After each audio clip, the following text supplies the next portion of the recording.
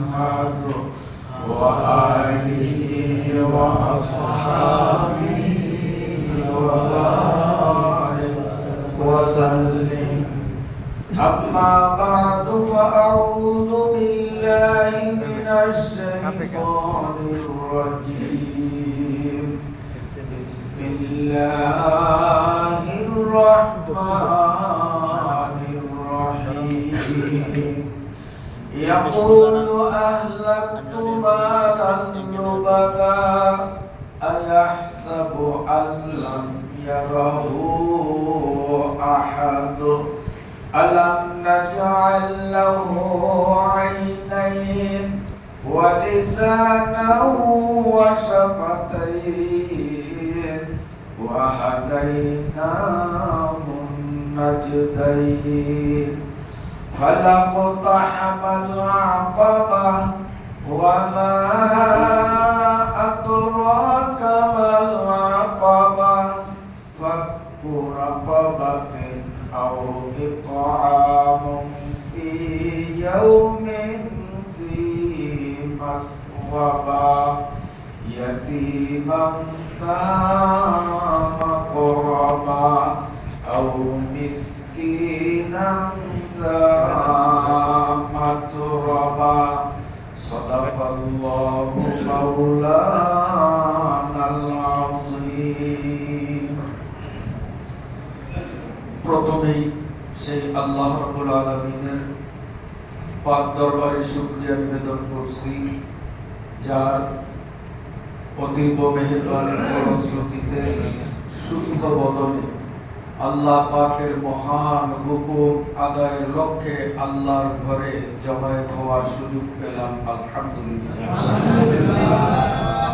পবিত্র কোরআনুল কারীমের সিরিয়ালে 90 নং সূরা সূরাতুল আল বালাদ 20 আয়াত বিশিষ্ট এই সূরাটির প্রথম থেকে আমরা বিগত 2 জুমা ধরে 5 নম্বর আয়াতের মাথায় পৌঁছেছিলাম।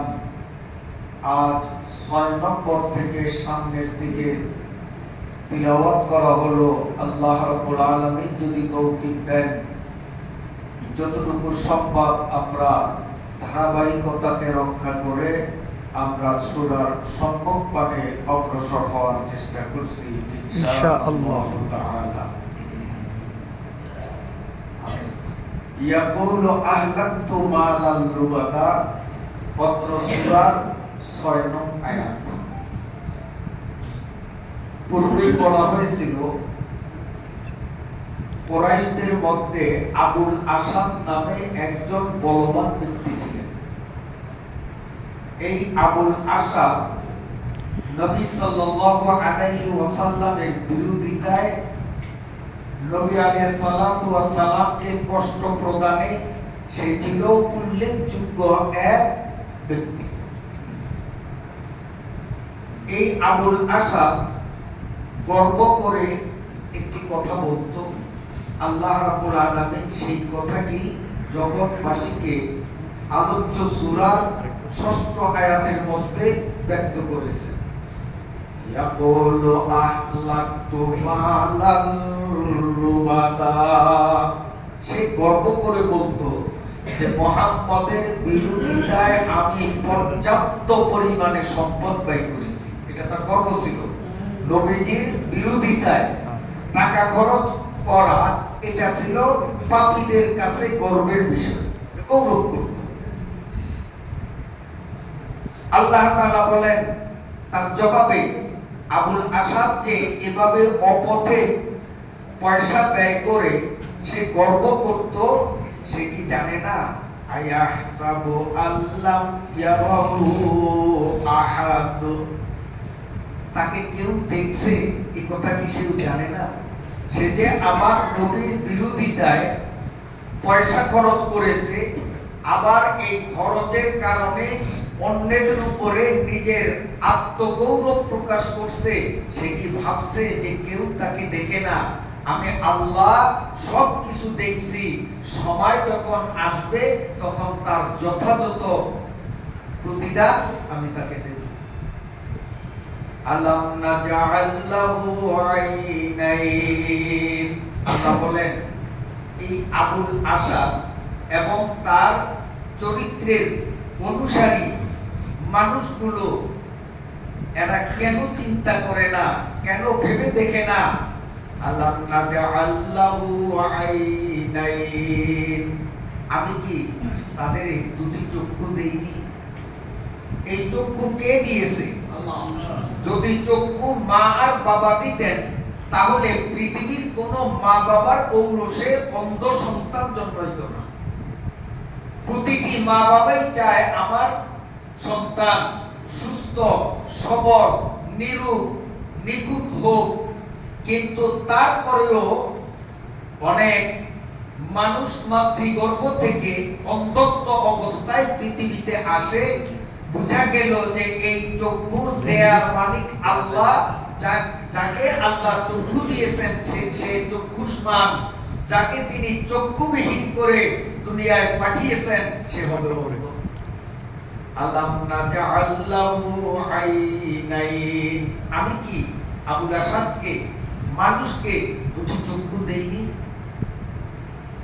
এবং এই দুটি চক্ষু এমন ভাবে দেয়া হয়েছে, হাদিস শরীফের মধ্যে আছে, তাফসীরে নসাফিতে আল্লামা বাগাবী রাহমাতুল্লাহি আলাইহি উল্লেখ করেন।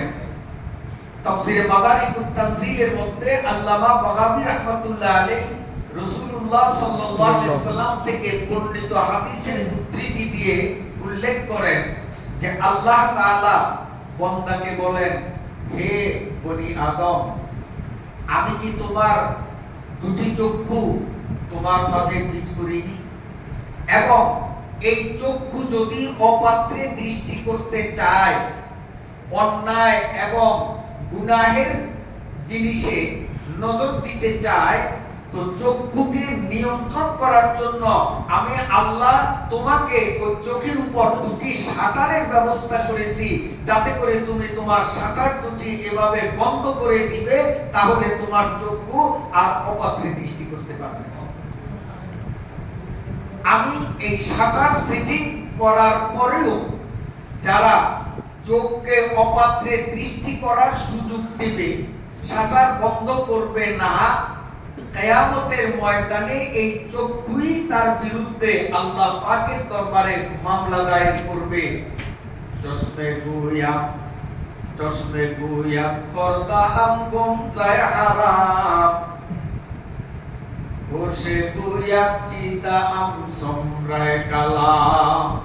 এই চোখই আল্লাহ পাকের কাছে মামলা দিবে যে আল্লাহ, তুমি আমার উপরে শাটার দিয়েছো, তারপরেও সে আমাকে নিয়ন্ত্রণ করে নয়, অপত্রে আমার নজর করেছে, আমাকে ব্যবহার করেছে অপাত্রে নজর করার ক্ষেত্রে, তুমি তার যথাযথ বিচার করো। আমার চক্ষু আমার বিরুদ্ধে আল্লাহ পাকের দরবারে নালিশ করবে। ওয়ালিসানাও ওয়া শাফাতাইন, আল্লাহ বলেন মানুষকে আমি জিহ্বা দেইনি। এই জিহ্বা দিয়ে গর্হিত কথা, শরীয়ত বিরোধী কথা, আল্লাহ ও রাসূলের বিপক্ষে কথা বলতে যদি চক্ষু উদ্বুদ্ধ হয়, তো এই চক্ষুকেও নিয়ন্ত্রণ করার জন্য, বারণ করার জন্য আল্লাহ দুটি শাটার এঁটেছেন। আল্লাহ বলেন ওয়ালিসানাও ওয়া শাফাতাইন, আমি জিহ্বা দিয়েছি, সেই সাথে দুইটা শাটার দিয়েছি। এই ঠোঁট দুটি যখন জিহ্বা অন্যায় মূলক কথা বলতে উদ্যত হয়, তখন যেন এই ঠোঁট দুটিকে বন্ধ করে, এই শাটার বন্ধ করে জিহ্বাকে সংযত রাখবে, সে যেন অন্যায়ভাবে কোনো কথা বলতে না পারে। কারণ মানুষ জীবনে যতটি কথা বলে, প্রতিটি কথাই সংরক্ষিত। আমলনামার মধ্যে সবগুলাকে রেকর্ড করা হয়, প্রতিটি কথার জন্যই আল্লাহ রাব্বুল আলামিনের কাছে জবাবদিহিতা করতে হবে। ওয়াহাদাইনাহুন নাজদাইন, আল্লাহ বলেন হে মানুষ, তুমি কি চিন্তা করো না আবুল আসাদের মতো তোমরাও কি বেকুবের দল? আমি তোমাকে দুটি পথ কি দেখাইনি? পথ। এখন দুটি পথ কি? কোন কোন তাফসীরের কিতাবে লিখে এখানে নাজদাইন দুটি পথ দ্বারা মায়ের দুটি স্তন্য। তুমি যখন মাতৃগর্ভ থেকে পৃথিবীতে এসেছো তখনও তোমার বল, বীর্য, বুদ্ধি কিচ্ছু ছিল না। ভালো মন্দ বুঝার মতো বিবেক বিবেচনা বুদ্ধি তোমার ছিল না, কিন্তু তারপরেও ক্ষুধা লাগলেই তুমি অন্য জায়গায় মুখ না লাগিয়ে মায়ের স্তন্যে মুখ লাগাতে এই বুদ্ধিটুকু তোমার কে দিয়েছে।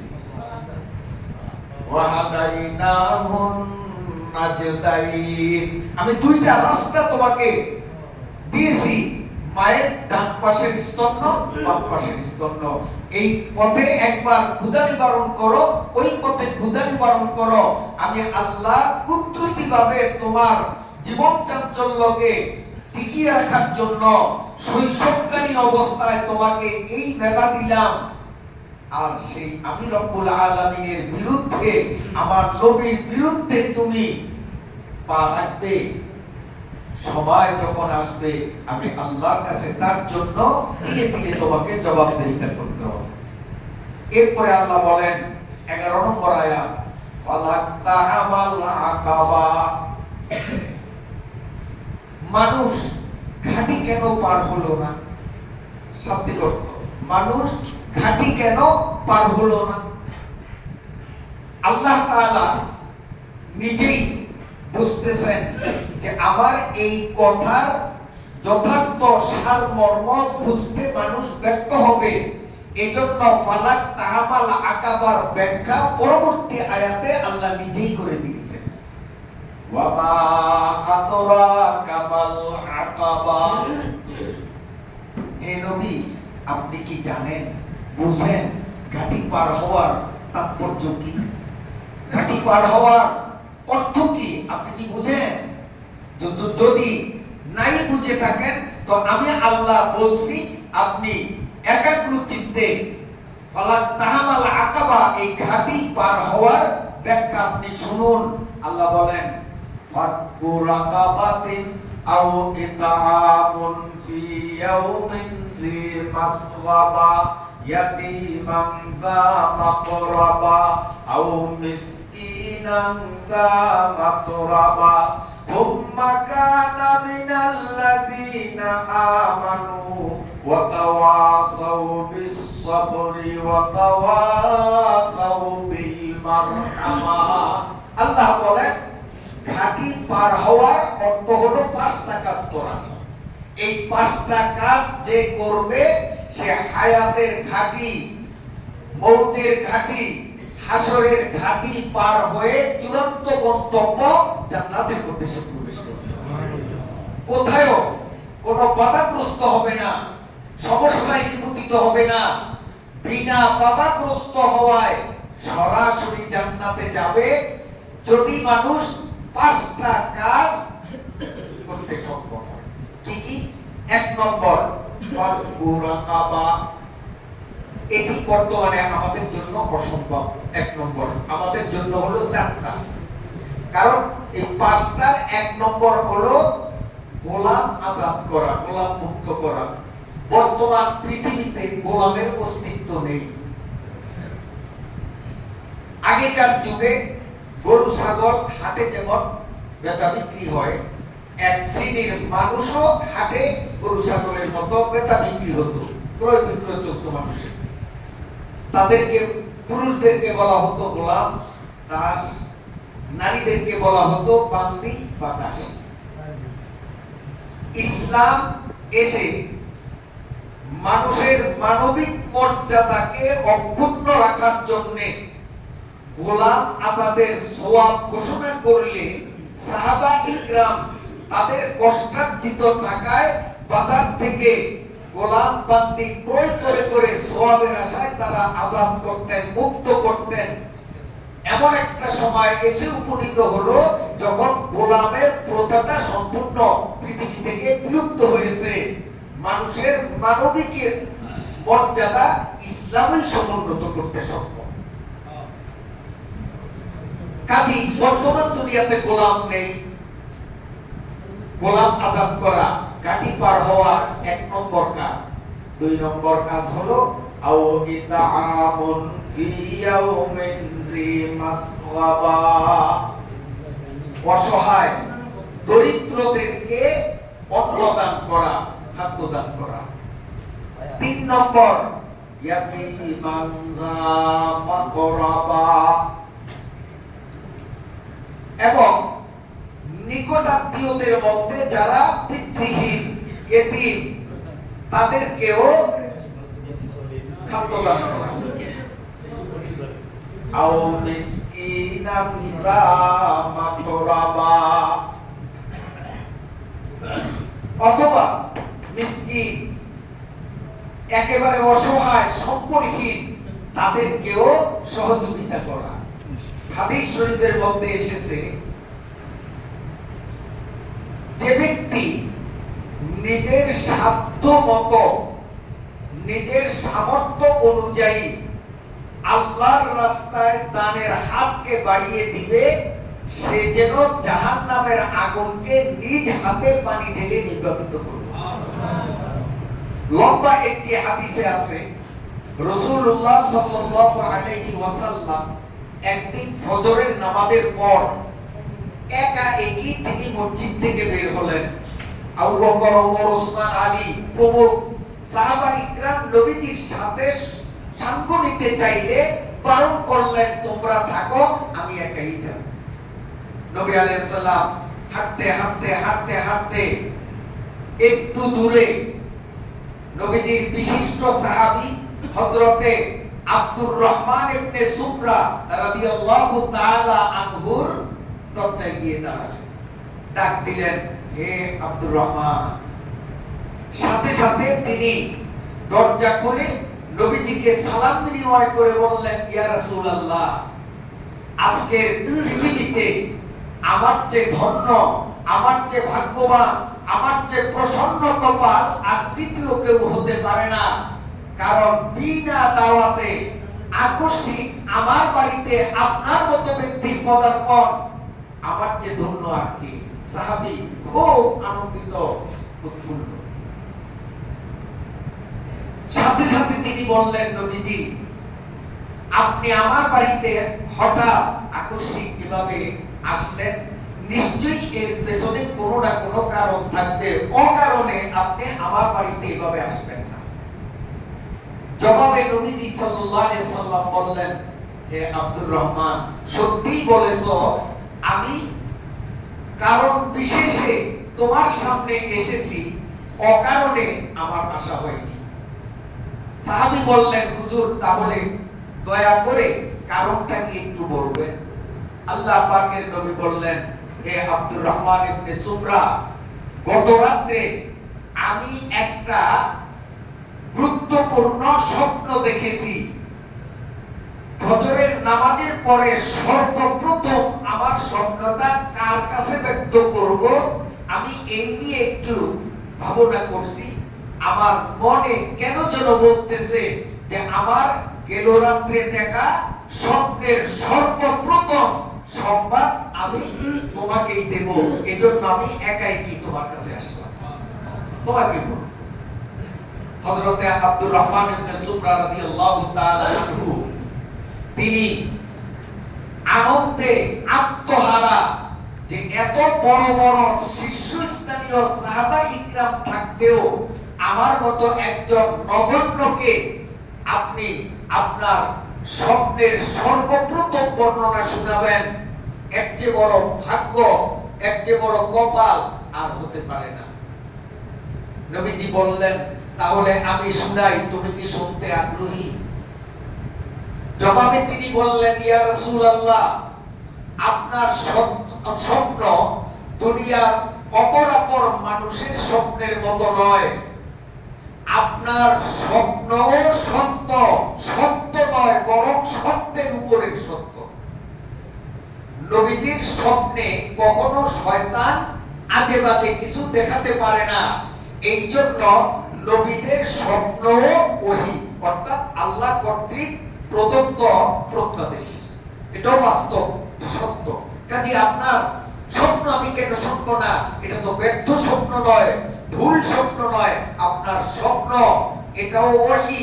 এই স্বপ্ন শুনবো এবং তার থেকে উপদেশ চয়ন করে ওই আলোকে আমি আমার জীবন করব। হুজুর, আমি শতভাগ আগ্রহী আপনার স্বপ্ন শোনার, আপনি বলুন। রাসূলুল্লাহ সাল্লাল্লাহু আলাইহি ওয়াসাল্লাম বললেন, হে আব্দুর রহমান ইবনে সুমরা, আমি গত রাত্রে স্বপ্নে দেখলাম আমার এক উম্মতকে আজরাইল ফেরেশতা ধাওয়া করতেছে, সুই সুই অবস্থা, ধরবে ধরবে। আর উম্মতটা আজরাইলের ভয়ে আত্মরক্ষার জন্য তার সর্বশক্তি নিয়োগ করে সে পালাচ্ছে। এদিকে পেছন থেকে আজরাইল সুই সুই অবস্থা, ধরে ধরে ধরবে ধরবে অবস্থা।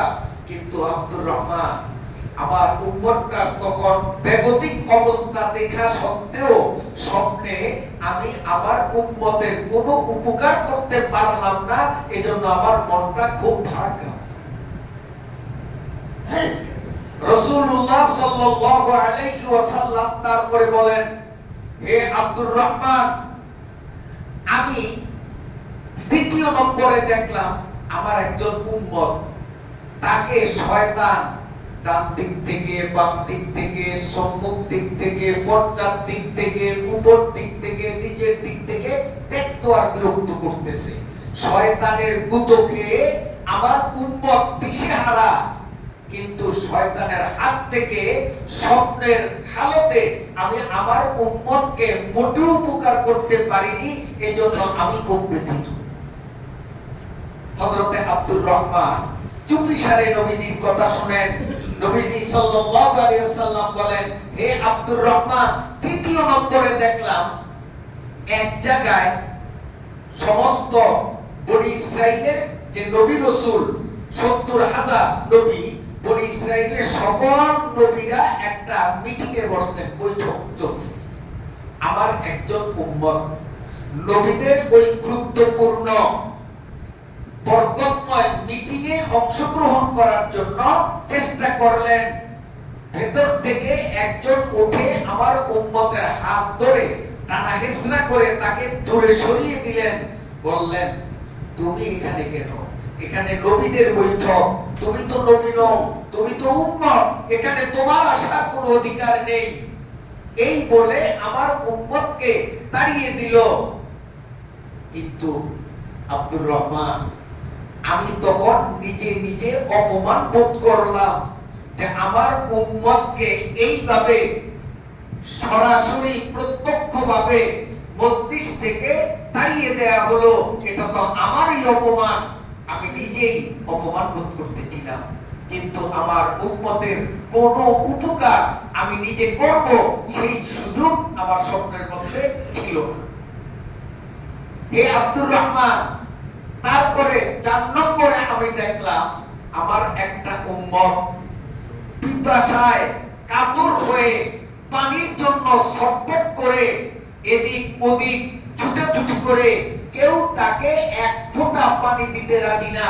অথচ উম্মতটা তখন পানির জন্য সীমাহীন কষ্ট করতেছে, কিন্তু আমার এই পিপাসিত উম্মতকে এক ফোঁটা পানি দানে স্বপ্নে আমি সাহায্য করতে পারিনি, এজন্য আমি খুব দুঃখিত। হে আব্দুর রহমান, এরপরে আমি স্বপ্নে দেখলাম একটা জায়গা ঘোর কালো অন্ধকার, কিন্তু তার মাঝখানে একটু ফাঁকা জায়গা। ওই ফাঁকা জায়গায় আমার একটা উম্মত আটকা পড়েছে। চতুর্দিকে বৃত্তের মতো অন্ধকার তাকে বেষ্টন করে রেখেছে।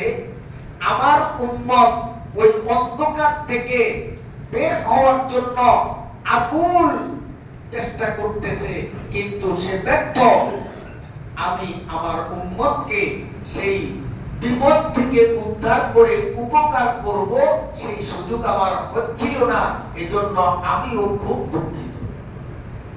এরপরে বলেন, হে আব্দুর রহমান, ৬ নম্বর আমি আমার আরেকটা উম্মতকে দেখলাম এমন একটা জায়গায়, যেই জায়গায় চতুর্দিকে লেলিহান অগ্নিশিখা ধাউ ধাউ করে জ্বলছে, মধ্যখানে একটু মাত্র ফাঁকা জায়গা, ওই ফাঁকা জায়গায় আমার একটা উম্মত দাঁড়ানো, সেই উম্মতটা এই আগুন থেকে বের হওয়ার জন্য চেষ্টা করে, কিন্তু যেদিকে আগায় সেদিক থেকে আগুনের ছোঁয়া, যেদিকে আগায় সেদিক থেকে আগুনের ছোঁয়া, আমার উম্মত বেরোতে পারে না। কিন্তু আমি আমার এই উম্মতের কোনো উপকার করতে আমি পারলাম না।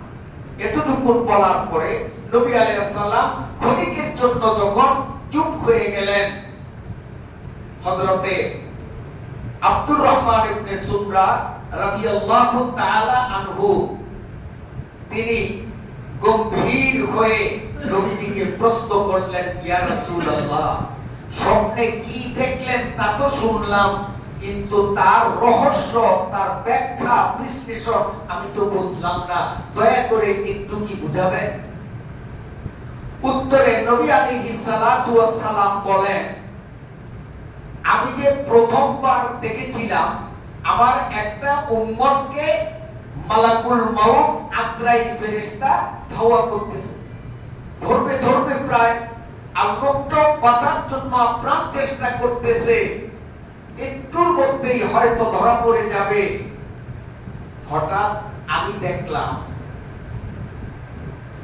দেখলাম সেখানে একটা পর্দা, এপাশে আজরাইল, এপাশে আমার উম্মত, দুইজনের মাঝখানে একটা পর্দা দুজনের মাঝে অন্তরায় সৃষ্টি করলো। এই পর্দায় বড় অক্ষরে লেখা ছিল, হাযিহি খিদমাতুল ওয়ালিদাইন ইয়া আবদি। ওই পর্দার মধ্যে লেখা, হে আমার বান্দা, তুমি তোমার শক্তি মতো মা বাবার সেবা যত্ন করেছো, এই মা বাবার সেবা যত্নের পর্দা আজরাইল আর তোমার মাঝে বেড়া হয়ে গেছে, রইলে এখনই আজরাইল তোমাকে সাইজ করত। মা বাবার খিদমতের কারণে তোমার আয়ুষ্কাল আরো বাড়িয়ে দেওয়া হলো, আজরাইল এখন তোমাকে ধরতে পারবে না, তোমার সময় আরো প্রলম্বিত করা হলো। নবী আলাইহিস সালাতু ওয়াস সালাম বলেন, আমি দ্বিতীয় নম্বর ব্যক্তিকে দেখলাম, আমার উম্মত, যাকে চতুর্দিক থেকে, সব দিক থেকে ইবলিস ত্যক্ত আর বিরক্ত করতেছে।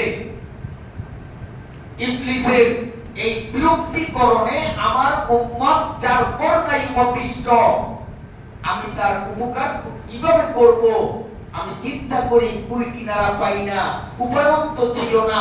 হঠাৎ আমি দেখলাম যে ইবলিসের মাঝে আর আমার উম্মতটার মাঝে আরেকটা ওয়াল হয়ে গেল, প্রাচীর হয়ে গেল, দেয়াল।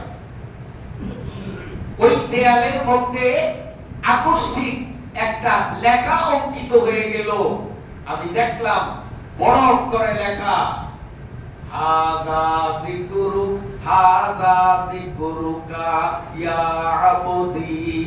হে আমার বান্দা, এই দেয়াল এটা অন্য কিছুর দেয়াল না, এটা হলো তুমি যে আমার জিকির করতে, এই জিকিরের দেয়াল। জিকিরের কারণে, জিকিরের দেয়াল মাঝখানে হলো, এই দেয়ালের কারণে ইবলিস আর তোমাকে দেখবে না, তুমিও ইবলিসকে দেখবে না, ইবলিস তোমার কোনো ক্ষতি সাধন করতে পারবে না। হাদিসে বর্ণিত রাসূলুল্লাহ সাল্লাল্লাহু আলাইহি সাল্লাম বলেন, আশ-শাইতানু জাসিফুন ফি কলবি বনি আদম।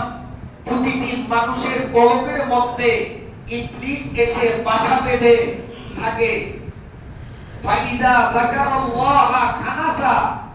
যখন আল্লাহর বান্দা আল্লাহর জিকিরে মগ্ন হয়, তখন আল্লাহর বান্দা আর ইবলিসের মাঝে পর্দা হয়ে যায়। ইবলিস তখন পলায়ন করে, ইবলিস বলে যে এখানে আর সুযোগ হবে না। ওয়াইদা গাফালা ওয়াসওয়াসা। আল্লাহর শরণ থেকে মানুষ যখন গাফিল হবে, উদাসীন হবে, তখন ইবলিস শয়তান এসে আবার ধোঁকা দিতে আরম্ভ করে। মানুষের অন্তর পাত্র বিশেষ। ধরে নিন একটা বোতল, পৃথিবীতে কোন শূন্য বোতলের অস্তিত্ব পাবেন না। খালি বোতল, কিছু নাই, এমন কোন বোতল এই পৃথিবীতে নাই। যদি বলেন যে হুজুর এই যে বোতল, এটার মধ্যে পানি নাই, দুধ নাই, মধু নাই, এত খালি, আমি বলবো এটাও খালি না। যেটাকে আমরা আপাতত দৃষ্টিতে খালি বলি, এটাও খালি না। তার প্রমাণ, এটাকে পুকুরের মধ্যে নিয়ে এভাবে চুবিয়ে ধরবেন, দেখবেন বুট বুট বুট বুট করে উপরে ভটকা উঠতে থাকবে, যতক্ষণ না তার মধ্যে পানি প্রবেশ করে। কি বুঝলাম?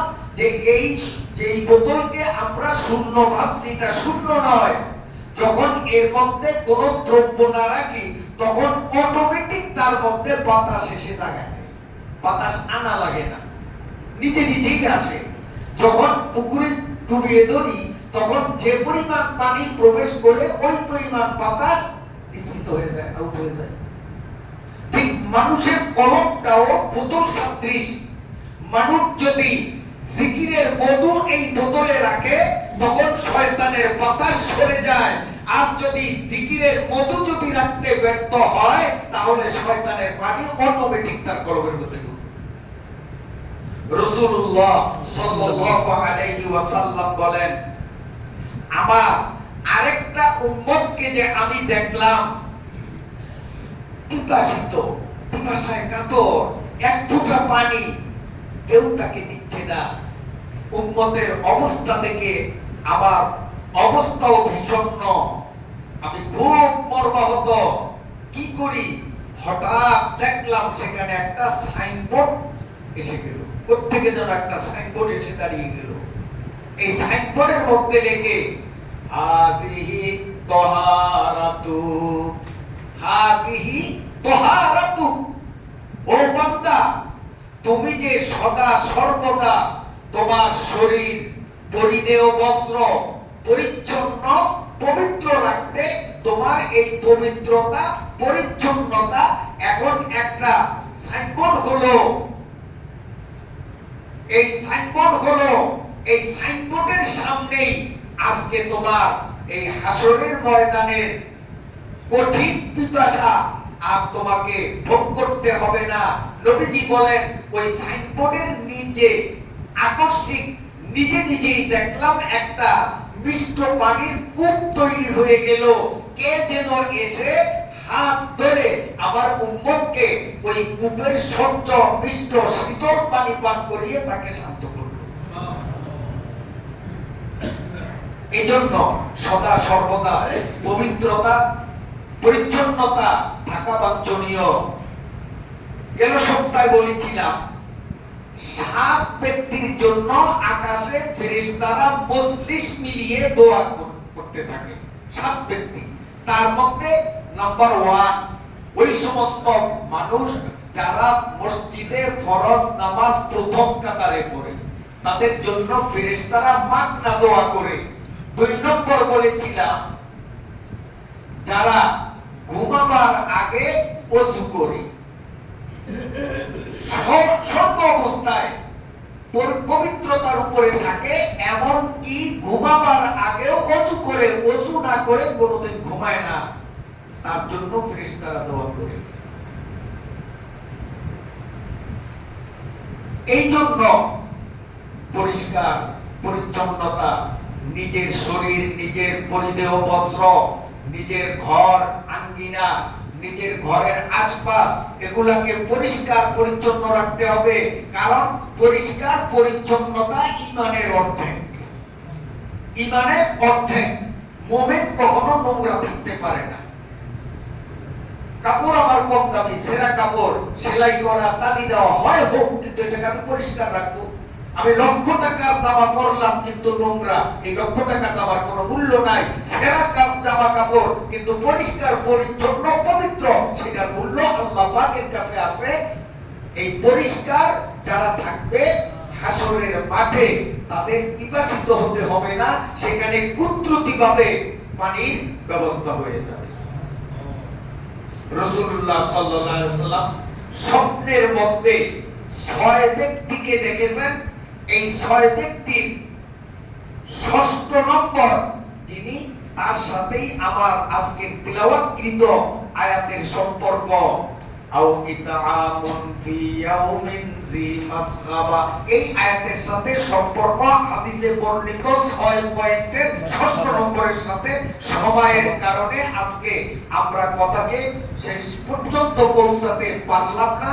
আল্লাহ যদি তৌফিক দেন অসমাপ্ত কথা আগামী জুমায় আবার আমরা ইনশাআল্লাহ সমাপ্তির দিকে নেওয়ার চেষ্টা করব। আজকে সময় সংকলন না হয় অসমাপ্ত পর্যায়ে